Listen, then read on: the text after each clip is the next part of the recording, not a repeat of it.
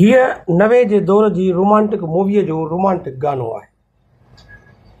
हिन मूवी में लिबरलिज़म जा काफ़ी मैसेज ऐं प्राइमिंग थाट कन्वे थियल आहिनि।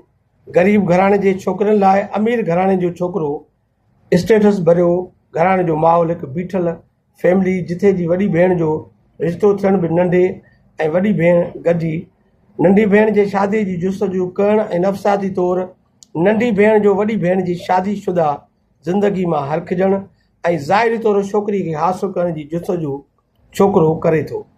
पर गहराई में ॾिसे त अमीर घराणे जी छोकिरीअ खे फीमेल छोकिरी हासिलु करणु अमीर घराणे जे छोकिरे खे फीमेल छोकिरी हासिलु करण जी कोशिशि करे थी। ज़ाहिरी तौरु फिल्म फीमेल अट्रैक्शन ॾेखारे थी, पर अट्रैक्ट्स मिडिल क्लास फैमिली जो छोकिरो रखे थो। फीमेल खे विच ॾाकण ते वेठल ॾेखारियो वञे थो हिकु सीन में, ऐं उन दौर जी मूवी छोकिरे ऐं छोकिरीअ खे प्राइमिंग कंदे मुस्तक़बिल परस्त बणायो वियो ऐं हेठें क्लास खे मिडिल क्लास जी हासिलात लाइ प्राइमिंग कयो वियो हो।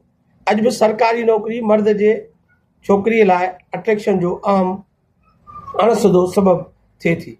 हूअं ई त औरत मर्द खां समाजी ज़िंदगी में मर्द जे वसीलनि जे घुर्जाऊ हुजे थी ऐं मर्द वरी औरत खां नस्ली ग्रोथ जो घुर्जाऊ हुजे थो। हूअं ई हिन रोमांटिक मूवी में ख़ानदानी तब्दीली ग्रोथ जा मैसेज बि मिलनि था। मिडिल क्लास लीड कंदड़ ऐं लोअर क्लास लीड थींदड़ नज़र अचे थो। उन दौर जे ॿियनि बि मूवीज़ में अहिड़ा अणसिधा मैसेज ऐं प्राइमिंग कंदड़ इशारा हुजनि था, जीअं हम साथ साथ हैं ऐं बाग़बान मैंने प्यार किया, जंहिंमें कबूतर जा वारिस सांग वारे सलमान खान जी मूवी वग़ैरह। यानी नवे जो ॾहाको रुगो रोमांटिक मूवीज़ न बल्कि ख़ानदानी स्टेटस को खे उबूरी तौर ते डायरेक्शन ॾियण जो बि कमु करे थो। हिन मूवी ऐं लिखणीअ ज़रिए मां प्राइमिंग टेक्निक खे कुझु वाज़े करण जी कोशिशि आहे त कीअं मूवीज़ असांखे नफ़्सियाती, ख़ानदानी, समाजी ऐं सियासी तौर ते अणसिधी तौरु प्राइमिंग करे वञनि थियूं ऐं असांखे शऊरी तौरु उन जो अंदाज़ो बि कोन थिए थो। हीउ तबसरो जेकमाबाद मां असांजे प्यारे दोस्त इमरान जमाली मोकिलियो आहे। लाइक ऐं सब्सक्राइब कंदा पंहिंजो चैनल शफ़ीक कादरो चैनल।